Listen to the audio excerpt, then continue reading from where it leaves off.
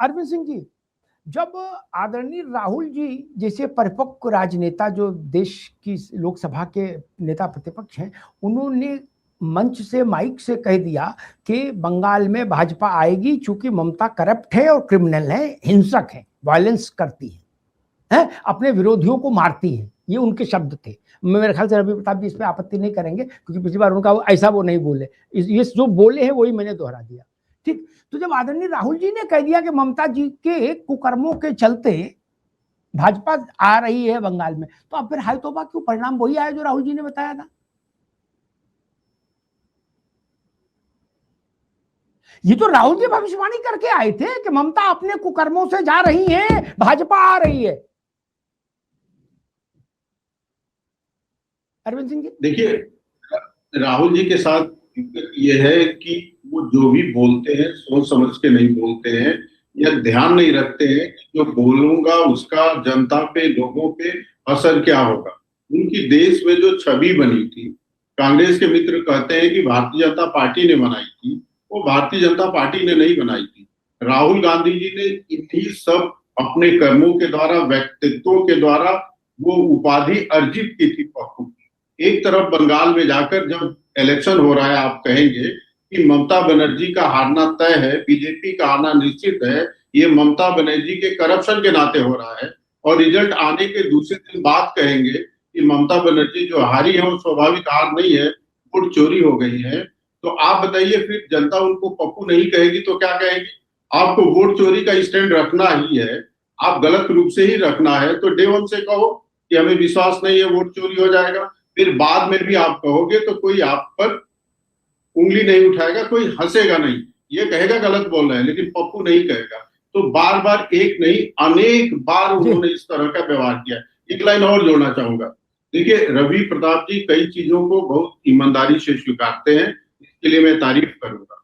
राहुल गांधी भले ही कह रहे हैं कि वोट चोरी हुई है, उन्हीं पार्टी का एक कार्यकर्ता कह रहा है कि हमें जमीन पर उतरने की जरूरत है, हम जमीन पर उतरते नहीं है, कि हमें हार मिलती है। जब छोटे कार्यकर्ता को भी इतनी समझ है तो पता नहीं राहुल गांधी जी क्यों नहीं सीखते, उनको क्या दिक्कत है।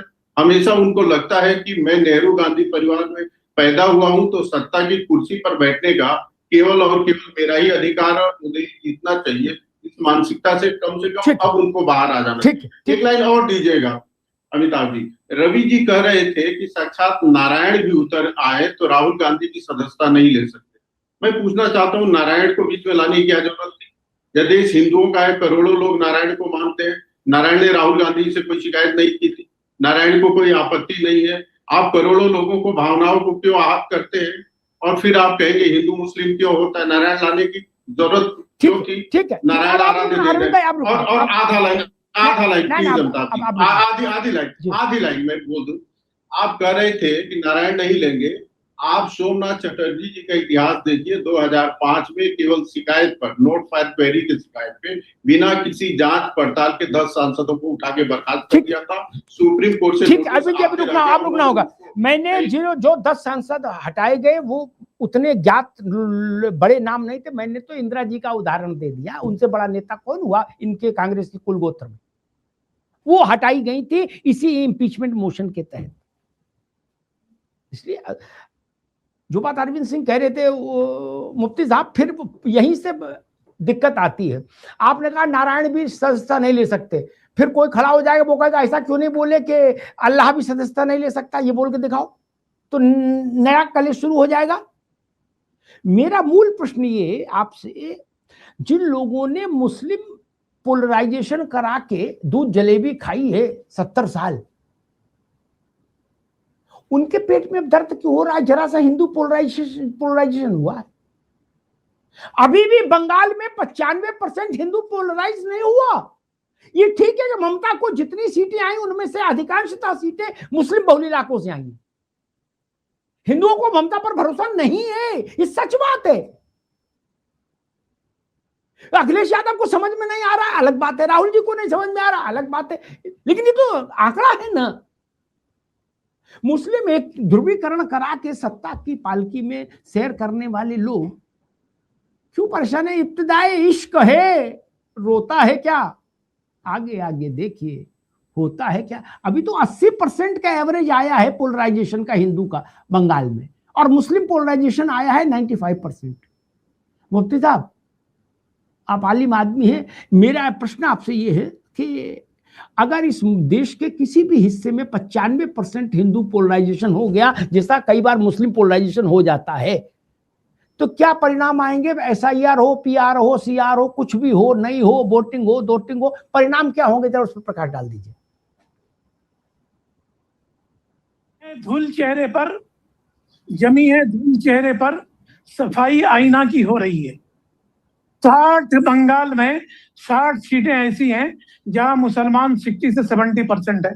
कैसे बीजेपी जीती? और 30 सीटें ऐसी हैं जहां से 30 से 40% मुसलमान, उसके बावजूद बीजेपी जीत रही। देखिए, असल में मुसलमानों का अपीजमेंट करते करते हिंदुओं को बेदार कर दिया गया। ये मुसलमान अगर उस वक्त ये कहे होते कि हमारा नाम लेकर के आप हमको खराब बदनाम कर रहे हैं, तो मुझे लगता कि बेहतर होता। शाहबानों के टाइम पर मुसलमान अगर सड़क पर नहीं आए होते तो आज ये अपीजमेंट की, आज हिंदुओं के पोलराइज की बात कहना बेमतलब पैमाने हो जाता था। मैं ये कह रहा हूं कि आप सच्चर कमेटी की रिपोर्ट क्या बता रही है? आप समता के 15 साल के शासन में देखिए, मुसलमान गरीबी के दलदल में, जहालत के दलदल में। मगर एक बात है कि ममता हमारी है, ममता हमारी है। मुसलमानों के जहनों में बीजेपी से वो नफरत का जहर डाल दिया गया है जिसकी वजह से मुसलमान पार्टियों के दरमियान में। मुफ्ती साहब, उनको अल्लाह की कसम, मुफ्ती साहब एक मिनट, उनको अल्लाह पाक की कसम दे दी, कुरान पाक की और अल्लाह की कसम दे दी गई थी। मेरी एक बात सुनिए जी, देखिए मेरी एक बात सुनिए कि कांग्रेस अब एक मुस्लिम लीग बन करके रह गई है। कांग्रेस को सिर्फ मुसलमानों का वोट मिल रहा। मैं मुसलमानों से कहना चाह रहा हूं, अगर ऐसे ही कांग्रेस को वोट देते रहोगे तो तुम भी MLA नहीं बन पाओगे। मैं कहता हूं कि कांग्रेस के जिम्मेदार राहुल गांधी जब इलेक्शन के दिन भाग जाते हैं, पता नहीं कहां जाते हैं। अरे फील्ड पर कहां हो? बीजेपी 75-74 साल के मोदी जितनी मेहनत कर रहे हैं, अमित शाह मेहनत कर रहे हैं, RSS की टीम मेहनत कर रहे हैं, राहुल गांधी आप मेहनत कर रहे हो, प्रियंका गांधी मेहनत कर। एक लफंगा है, आज आपके चैनल पे दर्द से कहता हूं, एक लफंगा 2 टके के शायद इमरान प्रतापगढ़ी जैसे लफंगे को ला करके मुसलमानों के अंदर पोलराइज कराया जा रहा। एक KC वेणुगोपाल वामपंथी विचारधारा के, एक कांग्रेसियों ने में जो विचार। ठीक है मुफ्ती साहब, ठीक है, अभी समय कम है, आपने ठीक बात कही। इमरान प्रतापगढ़ी का जन्म जब हो रहा था मंच पर, तो मालूम कहां से हो रहा था? वो प्रातः स्मरणीय अतीक अहमद साहब को है खुदा का बंदा और रहमत कुल घोषित कर रहे थे अतीक को। इन्हीं सब कर्मों ने ऐसा हाल कर दिया, कोई बाहर से नहीं आया। धर्मेंद्र सिंह जी, वही सवाल आपसे कि अगर उत्तर प्रदेश में, बंगाल में मुसलमान ज्यादा है परसेंटेज, उत्तर प्रदेश में उतना नहीं है, ठीक है ना? उत्तर प्रदेश में मेरे ख्याल 17, 18, 19 इसके बीच में होगा, इससे आगे नहीं होगा। अगर उत्तर प्रदेश में 60% हिंदू भी पोलराइज हो गया तो सारी कहानी एक तरफ और नतीजा एक तरफ। क्या फिर तो सब रखा रह जाएगा? क्योंकि आप इटावा के एक मौलाना गए थे, कोलकाता बुलाए गए थे पैसा देके, वो कह रहे थे मुसलमानों पूरे हिंदुस्तान में अगर तुम्हारी कहीं जन्नत है तो बंगाल में है, बंगाल में। क्या वो छोटे कद के थे, मैंने कहीं गिन ना पड़े, बोलते बोलते कूद रहे थे, है टांग टूट जाएगी। वो इटावा से गए थे, बताओ, इटावा का मौलवी वहां तक गया जिहाद करने। अगर 60% हिंदू भी पोलराइज हो गया तो सामान्य गणित कहती है कि चुनाव एक तरफा हो जाएगा। धर्मेंद्र सिंह जी, लोग कहते थे बंगाल में ऐसा नहीं होता, इसलिए हम और एक कैविएट लगा दें, ऐसी बात आप कहोगे कि ऐसा यूपी में नहीं हो सकता, तो मैं बता दूं ऐसे ही बंगाल के बारे में लोग कहते थे हिंदू कभी पोलराइज नहीं हो सकता, इसलिए हम हमेशा माछ भात खाएंगे, मौज उड़ाएंगे। हिंदू ने पोलराइज होकर दिखा दिया जी। अमिताभ जी, हम लोग 2014, 2017, 2019 में देख चुके हैं भारतीय जनता पार्टी की राजनीति। उत्तर प्रदेश बखूबी देख चुका है और अंजाम भी भुगत चुका है, और भारतीय जनता पार्टी को सत्ता भी सौंप चुका है प्रचंड बहुमत से। आप चाहे मोदी जी का फर्स्ट चुनाव हो, दूसरा चुनाव हो, और 17 में जब इलेक्शन हो रहा था, तो ये सारी बयात बैठ चुकी है जो आज जिसकी हम चर्चा करें। हम अनंत अमित जी की बात सुन रहे थे, भारतीय जनता पार्टी के साथी हैं। देखिए, इनके नफरत को वही उत्तर प्रदेश 2024 में इनकी इसी भाषा पर, इसी विचारधारा पर, इनकी जनता पर सोच पर जवाब दिया है। ये जो है पिछड़ों के मसीहा, गरीबों के नेता, जिनको इनके नेता पद्म विभूषण का सम्मान देते हैं, उन आदरणीय नेताजी को नंबरी 10 नंबरी कह रहे हैं। ये इनकी सोच है, इसलिए को पिछड़ी जात के हैं। इनके नेता मुख्यमंत्री जी गंगा जल से घर में गंगा जल छिड़कवा के धुलवाते हैं, इसलिए कि पिछड़ी जात का कोई व्यक्ति वहां पर बैठा था तो कैसे उसमें घुस जाए, इनका कमजोर हो जाएगा धर्म, ये अछूत की बीमारी से ग्रस्त हो जाए, ये सोच वाले हैं। ये नेताजी के पर टिप्पणी करते हुए इनको शर्म नहीं आई, ये उत्तर प्रदेश जनता देख रही। और दूसरी बात, पोलराइजेशन पहले से उत्तर प्रदेश देख चुका है, और उन कई चुनाव के पोलराइजेशन के रिजल्ट के बाद 2024 में उसका जवाब बखूबी दे चुका है अमिताभ जी। तो उत्तर प्रदेश लोग अवेयर हैं, जान रहे हैं। ठीक बात है, बिल्कुल आपको अपनी बात। रवि प्रताप सिंह के पास आऊं तो एक पुराना इतिहास याद दिला दूं, जो नई उम्र के लोगों को इस ताजा नहीं होगा, दिमाग पे पता तो होगा, ताजा नहीं होगा। जब इस देश में अयोध्या का विवाद चरम पर था,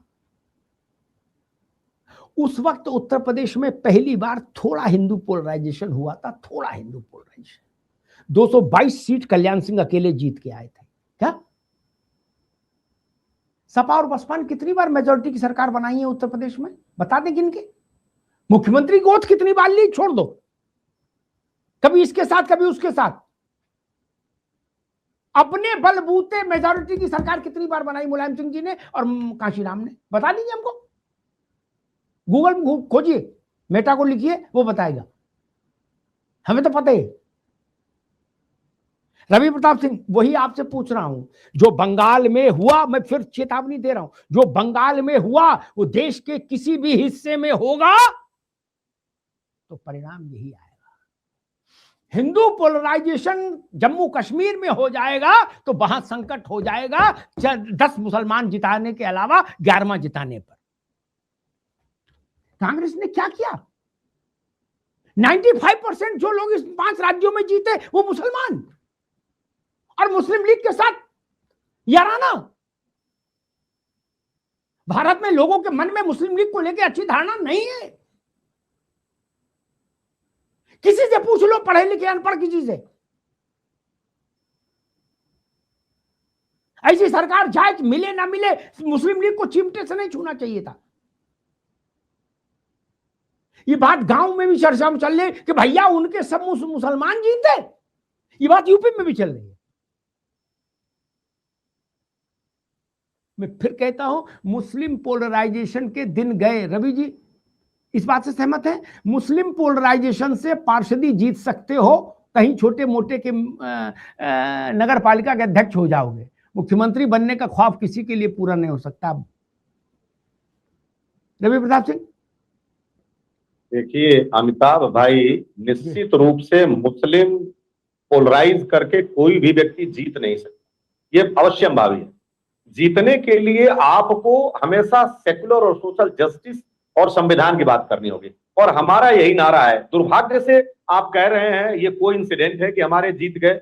आपने कहा था कि मुस्लिम लीग, हम मुस्लिम लीग को चीमटे से भी छूना पसंद नहीं करते हैं, और मुस्लिम लीग एक दुर्जंत भ्रमित है, प्रवक्ता है शायद भाजपा के दुर्जंत भ्रमित, मैं थोड़ी सी नाम का अपभ्रंश बना रहा हूं।